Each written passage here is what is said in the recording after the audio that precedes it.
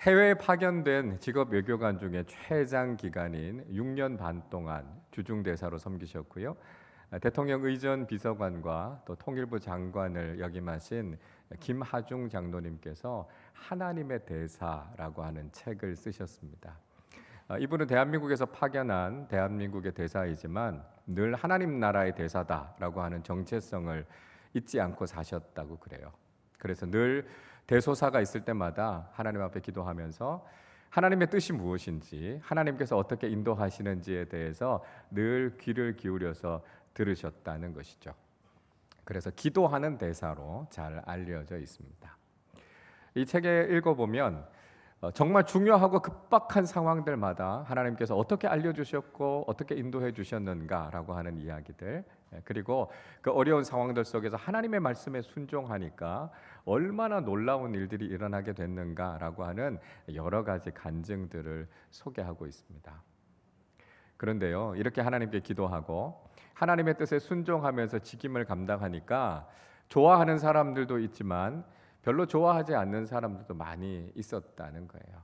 그래서 어떤 사람들은 시기하기도 하고 공격하기도 하고 이런 사람들이 있었다는 거죠.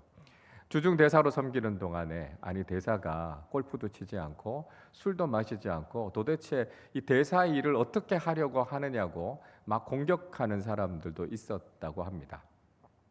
그래서 직무상 사실 접대를 하면서 그 일들을 해야 외교관의 일들을 잘 할 수 있을 텐데 그런 일도 하지 않고 어떻게 이 직임을 감당하려고 하느냐, 일반적인 상식으로는 잘 이해가 되지 않았던 거죠. 통일부 장관으로 재직하고 있을 때도요, 일은 안 하고 기도만 하는 장관이라고 비아냥거리는 사람들이 있었다고 합니다. 그 이야기를 듣고 김하중 장로님이 이렇게 응대하셨다는 거예요. 나는 하나님의 사람이니까 하나님이 없다고 이야기하는 사람들이 저를 욕하는 건 당연합니다. 괜찮습니다. 이렇게 대답하셨다는 거예요. 그 사람들과 맞서 싸우지도 않고요, 감정적으로 대응하지도 않고요, 그럴 수 있다, 그게 당연하다 이렇게 이야기하면서 더욱 하나님만 붙잡으셨다, 그런 이야기를 하셨습니다. 지금도 중국에서 선교를 하거나 또 신앙생활을 하는 것이 쉽지 않은 상황이지만 이 김하중 장로님이 주중 대사로 일을 하실 때는 중국 당국의 통제나 억압이 훨씬 더 심각할 때였습니다. 그러니까 중국인들에게 복음을 전한다라고 하는 건 거의 불가능한 상황이었고요. 한인 교회들 중에서도 이 공안의 아주 엄격한 통제 때문에 신앙생활을 하는 것이 쉽지 않았다고 해요. 이 책에서는 칭다오 한인교회 이야기를 하나 소개해주고 있습니다. 이 칭다오 한인교회는 1992년에 세 가정이 모여서 교회를 개척하게 됐는데요.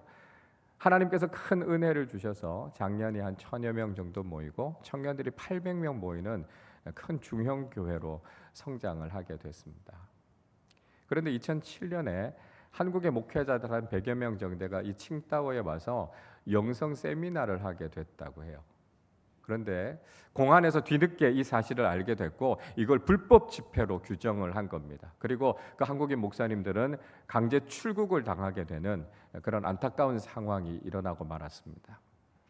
그리고 이 칭다오 한인교회는 이 불법 집회를 도왔다라고 하는 것 때문에 당국에 불려가서 조사를 받고요, 주의를 받고 경고 조치를 받았습니다. 그러니까 이 교회가 블랙리스트에 오른 거예요. 그래서 무슨 일을 하려고 해도 무슨 사역을 하려고 해도 방해 때문에 너무 힘들어진 겁니다.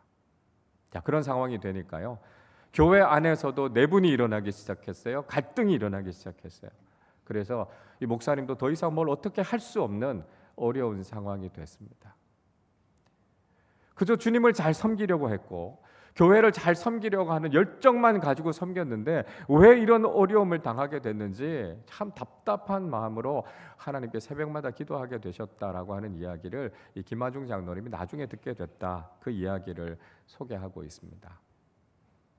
여러분, 아마 이런 일들은 김하중 장로님이나 이 칭다오 한인교회의 담임 목사님만 경험하는 일들은 아닐 겁니다. 우리가 믿음을 가지고 이 세상을 살아가다 보면 우리도 이런 위기, 우리도 이런 어려움들을 경험하게 될 때가 있죠. 여러분, 우리가 이런 어려움과 위기를 만나게 됐을 때 이게 과연 어디서부터 온 것인가 라고 하는 원인을 우리는 잘 진단해 봐야 합니다. 때로는요, 우리가 잘못된 삶을 살아서요. 우리가 실수해서 이런 어려움이나 위기를 경험하게 될 수 있습니다. 그렇다면 우리가 먼저 하나님 앞에 회개해야죠. 우리의 삶을 바르게 세워야죠. 근데 때로는 우리가 잘못해서 어려움을 경험하게 되고 우리의 실수 때문에 비난을 받게 되는 상황 속에서도 그걸 인정하지 않는 경우들이 있어요. 회개하지 않고 우리의 삶을 돌이키지 않는 경우들이 있습니다. 여러분, 문제가 우리에게 있고요. 그것 때문에 우리가 고난을 당하게 된다면 우리는 하나님 앞에서 철저하게 우리의 잘못을 회개해야 됩니다. 하나님 앞에서 돌이키지 않고요. 철저한 자기 반성이 없이는 하나님께서 일을 바로잡아 주시지 않는다는 거예요. 우리가 어려움을 당한 그 이유가 우리 자신에게 있다면 우리는 그 죄로부터 단절돼야 되고요. 하나님 앞에 바로 서야만 우리의 삶의 회복의 은혜가 임하게 된다는 것이죠. 자, 그런데 이와는 다르게 우리가 아무 잘못한 것도 없는데요. 세상 속에서 모함을 당하거나 공격을 당하거나 어려움을 경험하게 되는 경우들이 있죠. 그저 우리는 믿음으로 살았을 뿐인데요. 우리는 그냥 하나님의 말씀에 순종했을 뿐인데 뜻하지 않게 공격이 오고 그것 때문에 어려움을 겪게 될 수 있습니다. 오늘 우리가 읽었던 본문의 다니엘이 바로 그런 위기를 경험하게 된 것이죠. 하나님을 잘 믿는 믿음 때문에 하나님의 말씀에 순종하는 삶을 살아가려고 했던 것 때문에 어려움을 겪게 된 것이죠. 자, 여러분, 우리가 이런 위기를 만나게 됐을 때 우리는 어떻게 해야 될까요? 우리가 이 위기를 어떻게 헤쳐나갈 수 있을지 오늘 우리는 이 다니엘의 말씀을 통해서 하나님의 은혜를 함께 나누고자 합니다. 이 다니엘이라고 하는 사람 참 대단한 사람이었습니다. 이 다니엘은요, 세 개의 제국, 바벨론, 메데, 바사, 이 세 제국을 거쳐서 총리의 요직에 오른 사람이었습니다. 저는 이 다니엘을 생각해 보면서 어떻게 이런 사람이 있을 수 있을까 그런 생각을 하게 됐습니다. 여러분, 일반적으로 정권이 바뀌게 되면 인사가 다 바뀌잖아요. 물갈이가 한번 싹 일어나게 됩니다. 근데 간혹 정권이 바뀌고 난 이후에도 계속 그 자리에 등용되는 사람들이 있습니다. 그 사람들은 정치적인 입장이나 진영과는 상관없이요, 적어도 그 직임에 있어서는 탁월할 정도로 최고의 적임자이기 때문에 그 자리에 남게 되는 사람들이 있죠. 그런데 사실은 이런 사람들은 극소수에 불과합니다. 자, 그런데 다니엘은요, 그냥 정권이 바뀐 게 아니고요, 제국이 바뀌는 그 과정 속에서도 계속해서 그 요직에 앉을 수 있었다라고 하는 것입니다. 어떻게 다니엘이 이렇게 쓰임을 받을 수 있었을까요? 성경은 그것이 바로 다니엘의 지혜 때문이었다 이야기하고 있습니다. 다니엘 1장 17절은 이렇게 말씀합니다. 하나님이 이 네 소년에게 학문을 주시고 모든 서적을 깨닫게 하시고 지혜를 주셨으니 다니엘은 또 모든 환상과 꿈을 깨달아 알더라. 다니엘과 세 친구들, 하나님께서 특별한 지혜와 학문을 주셨다는 거예요. 그리고 특별히 이 다니엘은요, 꿈과 환상을 깨달을 수 있는 영적인 지혜를 얻게 됐다는 거예요. 그래서 다니엘은요, 세상에 다른 지혜 있는 사람들보다도 10배는 더한 지혜를 갖게 됐다는 거죠. 이 정도의 지혜를 갖게 됐기 때문에 다니엘이 이렇게 좋은 요직에 등용될 수 있었다라고 하는 것이죠. 자, 다니엘이 이렇게 지혜로웠는데요, 이 지혜로운 다니엘을 다 좋아하는 건 아니었다는 거예요. 물론 다니엘을 존경하고 다니엘을 따르는 사람들도 있었지만 다니엘을 시기하고 미워하는 사람들이 있었습니다. 그의 경쟁자들, 그의 대적자들의 입장에서 보면 이렇게 지혜로운 다니엘을 보면 믿지 않겠어요? 어떻게든지 좀 꼬투리를 잡아서 공격하고 싶은 마음이 들지 않았겠습니까? 그래서 그가 하는 일에서 무슨 흠이 있는지, 무슨 잘못이 있는지 그걸 찾아내서 다니엘을 공격하려고 했습니다. 그런데 문제는 다니엘에게 있어서 그 어떤 약점도, 그 어떤 흠도, 잘못된 점도 발견하지 못했다는 거예요. 오늘 본문 앞쪽에 있는 4절은 이렇게 말씀합니다. 이에 총리들과 고관들이 국사에 대하여 다니엘을 고발할 근거를 찾고자 하였으나 아무 근거, 아무 허물도 찾지 못하였으니 이는 그가 충성되어 아무 그릇됨도 없고 아무 허물도 없음이었더라. 메대와 바사 과도 제국에는 다니엘과 경쟁 관계에 있었던 여러 총리들과 고위직 관리들이 있었습니다. 근데 다니엘은요, 그들 중에서도 최고의 책임자, 우리나라로서는 국무총리의 위치에 올라 있는 사람들이었습니다. 그러니까 경쟁 관계에 있는 사람들이 어떻게든지 다니엘이 하는 일 중에 잘못된 게 뭔가, 허물이 뭔가, 그걸 찾아내기 위해서 샅샅이 뒤졌지만 아무것도 찾아내지 못했다라고 하는 거예요. 다니엘은 이 정도로 완벽한 리더였습니다. 여러분, 저는 다니엘의 이런 모습이 우리에게 도전이 돼야 된다고 생각합니다. 세상에서 크리스천 리더들이 살아가면서 정말 이런 수준의 리더들이 돼야 된다라고 하는 것이죠. 자신이 세워져 있는 자리에서, 자신이 하는 그 위치에서 아무런 흠을 발견할 수 없을 정도로 그 정도의 탁월한 리더가 되는 것을 꿈꾸는 사람들이 돼야 된다는 것입니다. 여러분, 그러나 현실은 어떻습니까? 오늘날 많은 크리스천 리더들이 있지만 그들이 세상 속에서 올바른 모습들을 보이지 못해서 세상에서 선한 영향력을 미치지 못하면서 살아가고 있는 것이 오늘날 우리의 현실이 아닌가라고 하는 겁니다. 정계, 재계, 학계, 문화, 예술계에 얼마나 많은 크리스천 리더들이 있습니까? 그 사람들 중에 신앙이 훌륭하고요, 인격이나 실력이 탁월해서 존경받으시는 분들이 분명히 있습니다. 그러나 때로는 자기 자신의 잘못 때문에, 아니면 치명적인 실수로 인해서 범죄에 연루가 돼서 그것 때문에 오히려 신앙인들의 체면을 구기는 사람들도 있는 것이 참 안타까운 현실이죠.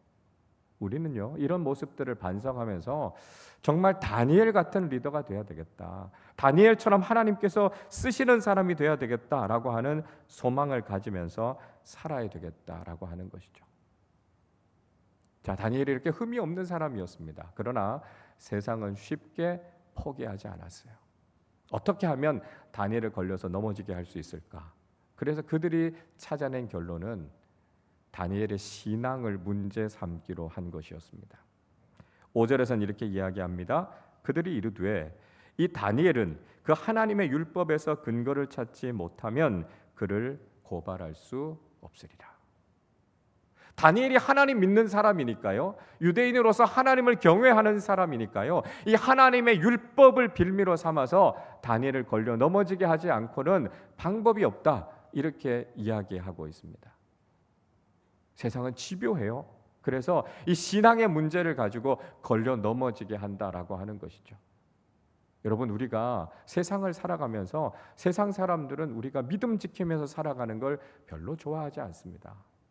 왜냐하면 세상의 모든 것을 장악하고 있는 악한 사탄은요, 우리가 믿음 지키면서 하나님 나라의 질서 따라 살아가는 것을 굉장히 불편하게 여기기 때문에 그렇습니다. 세상의 질서와 하나님 나라의 질서는 다르지 않습니까? 세상에선 내가 왕이 돼야 돼요. 세상적인 권력을 가지고 있는 사람을 높이고 따라야 됩니다. 그 세상의 질서에 순응하면서 살아야 되는데요, 그리스도인들은 그렇게 안 살거든요. 하나님이 왕이시라고 고백하거든요. 하나님 나라의 질서에 따라서 그 말씀을 따라 살아가니까요, 세상은 자기가 가지고 있는 힘, 자기가 가지고 있는 권력과 도구를 이용해서 그리스도인들을 공격한다는 사실을 알아야 됩니다. 그들의 계략은 적중하게 되죠. 그래서 이 신앙을 문제 삼기로 합니다. 그래서 다리오 왕에게 적어도 한 달 동안은 다리오 왕 이외에 그 어떤 신에게도, 그 어떤 존재에게도 절하거나 기도하지 말 것을 조서로 내리게 합니다. 만약에 이 일을 어기는 사람이 있으면 사다굴에 던져 넣겠다라고 하는 칙령을 받아내게 되죠. 다리오 왕은요, 자기가 총애하는 다니엘을 해치려고 하는 의도가 있다라고 하는 걸 꿈에도 몰랐습니다. 그런데 악한 사람들은요, 교묘해요, 집요해요. 어떻게 하든지 자기의 생각을 이루려고 하는 것이죠. 그래서 그 조서를 받아냈습니다. 다니엘도 이 조서가 내려졌다라고 하는 걸 알고 있었습니다. 그러면 인간적으로 다니엘도 생각이 많아지지 않았겠습니까? 그러나 다니엘은 지금까지 자신이 지켜왔던 원칙을 꺾을 생각이 없었어요. 하나님을 배반할 마음이 없었습니다. 그는 그대로 믿음을 지키려고 결단했던 것이죠. 서머나의 감독이었던 폴리캅도 이런 생명의 위기 가운데서 주님을 배반하지 않고 그 믿음을 지키지 않았습니까? 폴리캅이 예수님을 믿는다는 그 믿음 때문에 화형에 처하게 될 위기가 있었습니다. 예수님을 한 번만 부인하면 살려주겠다 이야기하는 사람들에게 폴리캅은 담대하게 이런 말을 하지 않았습니까?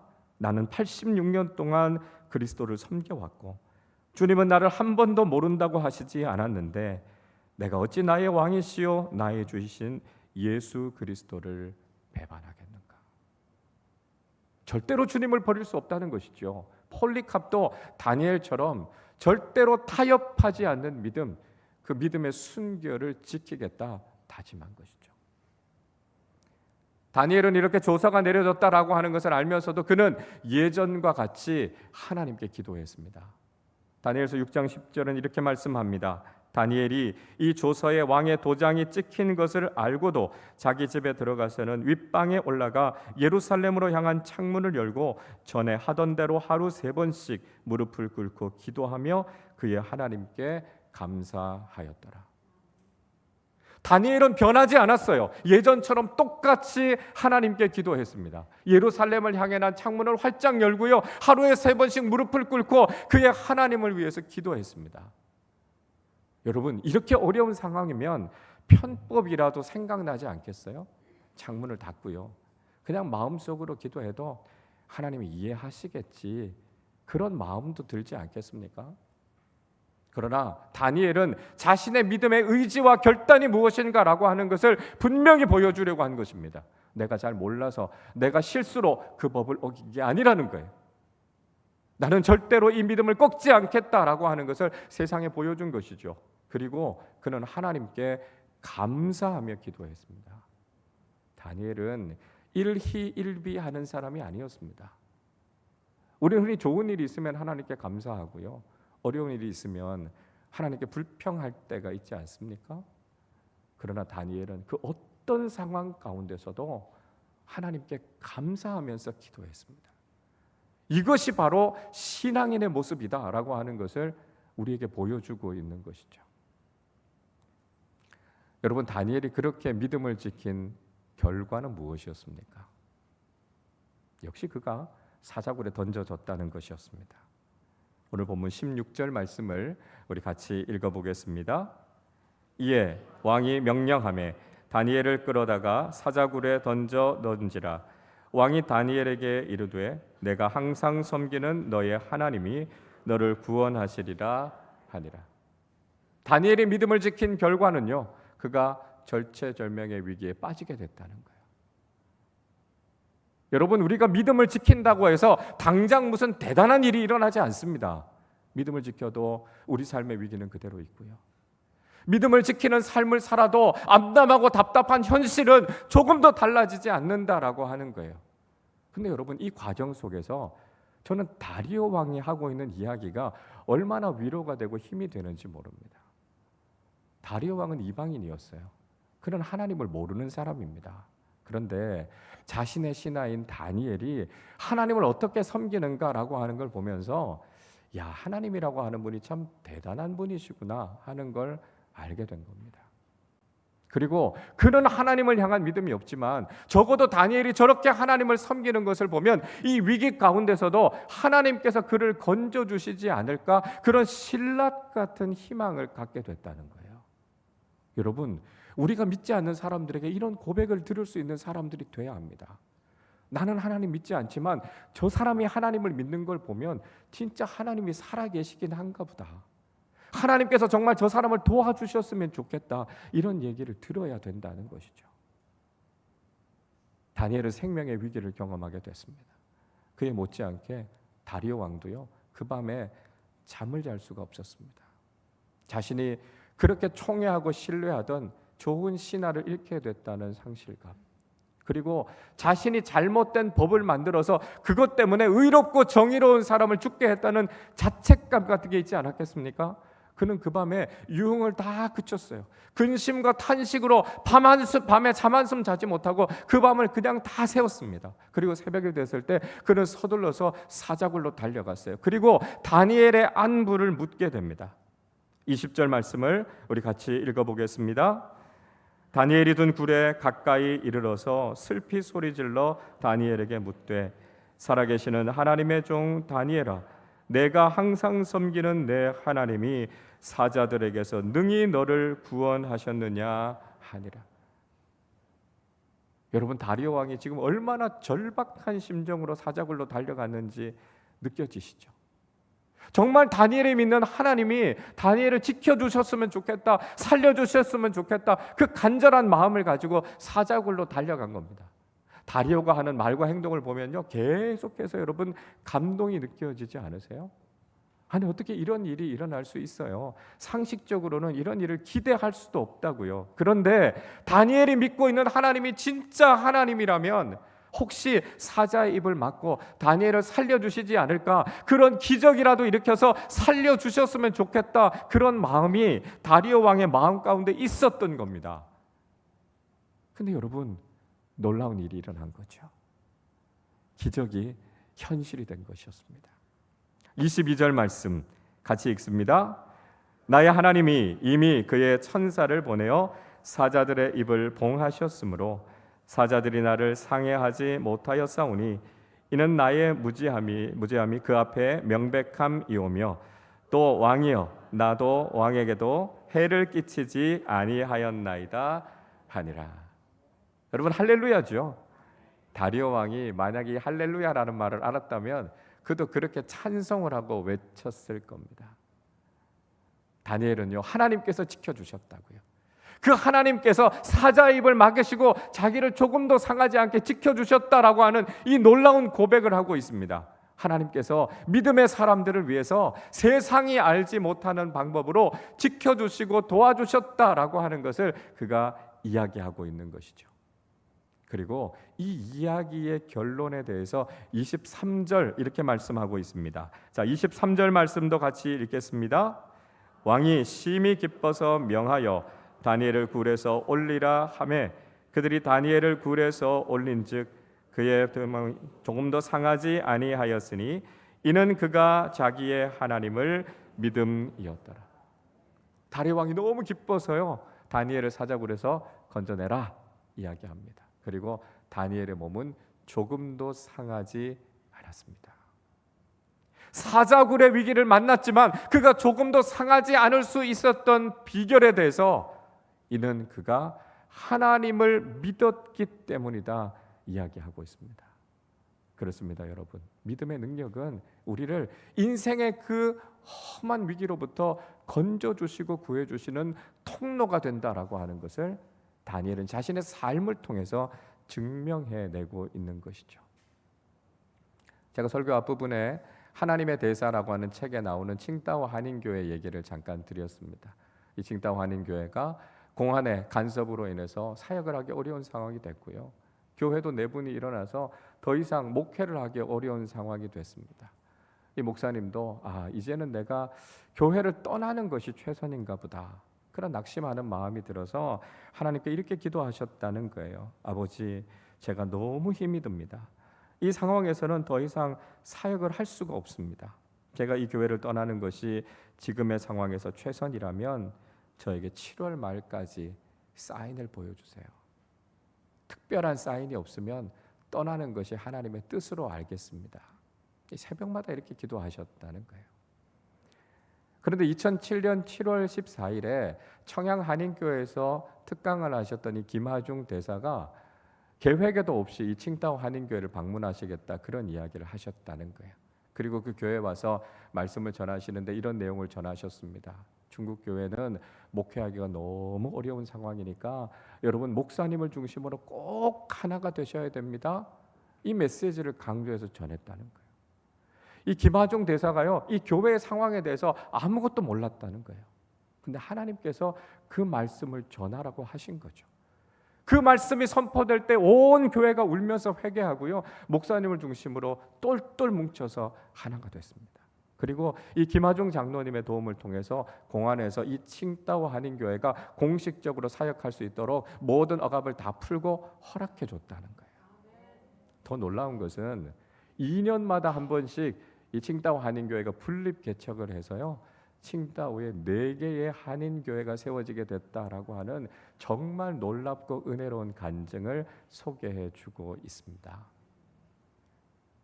여러분, 우리가 믿음을 가지고 믿음을 지키면서 이 세상을 살아가려고 할 때 우리도 이런 위기를 경험하게 될 수 있습니다.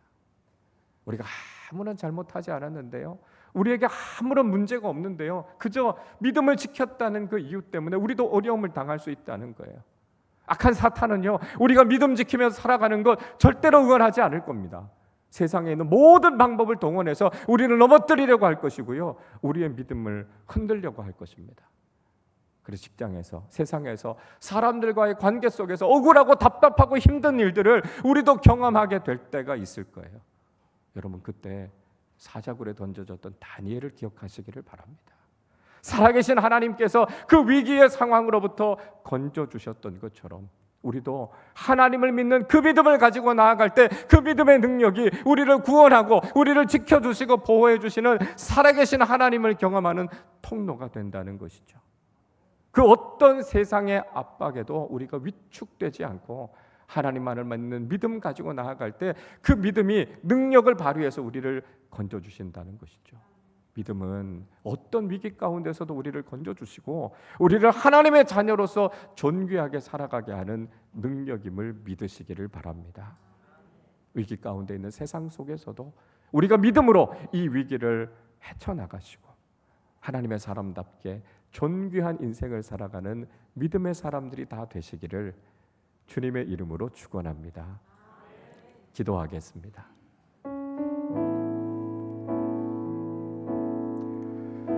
여러분, 지금 우리가 믿음을 지키면서 살아가기 위해서 어떤 위기, 어떤 어려움들을 경험하고 계십니까? 우리가 아무 잘못하지 않아도요, 세상은 믿음의 사람들 가만히 놔두지 않습니다. 여러 가지 방법으로 우리를 힘들게 하고 괴롭게 하고 우리의 인생의 위기를 불러일으켜서 우리의 믿음을 흔들려고 할 겁니다. 여러분, 그때 우리가 다시 한번 믿음으로 하나님 앞에 나아가시기를 바랍니다. 사자굴에서 다니엘을 건져주신 그 하나님께서 오늘 우리 인생에 있는 모든 위기로부터 우리를 건져주실 것이고 그 믿음의 능력을 경험하고 존귀한 하나님의 사람들로 세상을 승리하며 살아가게 하여 주시옵소서. 우리 말씀을 생각하며 함께 합심으로 기도하겠습니다. 하나님 아버지, 감사합니다. 우리에게 금보다 귀한 믿음 허락하여 주시고 하나님의 자녀로 이 세상을 살아갈 수 있도록 은혜를 베풀어 주심을 감사드립니다. 하나님, 그러나 우리가 믿음 지키며 살아가려고 할 때, 하나님의 말씀에 순종하며 살아가려고 할 때 뜻하지 않은 위기와 어려움들을 만나게 될 때가 있습니다. 하나님, 이 세상의 공격 앞에서, 이 위기 앞에서 위축되거나 우리의 믿음이 흔들리지 않도록 주님 저희들을 지켜주시기를 원합니다. 사자굴의 위기에 빠졌던 다니엘을 건져주셨던 하나님께서 오늘 우리의 삶의 위기로부터 우리를 건져주실 줄로 믿습니다. 하나님을 향한 변치 않는 믿음 가지고 나아갈 때 하나님 그 믿음의 능력으로 우리를 보호하시고 구원해 주시는 하나님의 놀라운 은혜와 능력을 경험하게 하여 주시옵소서. 하나님 아버지, 믿음의 그 놀라운 능력이 있음을, 믿음을 통해 하나님의 놀라운 기적을 경험하는 통로가 됨을 하나님 우리로 하여금 경험하게 하여 주시고 이제 이 세상을 살아가는 동안 이 믿음의 능력을 사용하며 살아가는 사람들이 되게 하여 주시옵소서. 그래서 흔들림 없는 믿음의 사람으로 하나님 이 세상 가운데서 존귀한 하나님의 사람들로 믿음을 지키며 살아가는 우리 모두가 되게 하여 주셔서 하나님 그 믿음으로 하나님께 영광을 올려드리며 주님 앞에 쓰임받는 사람들 되게 하여 주시옵소서.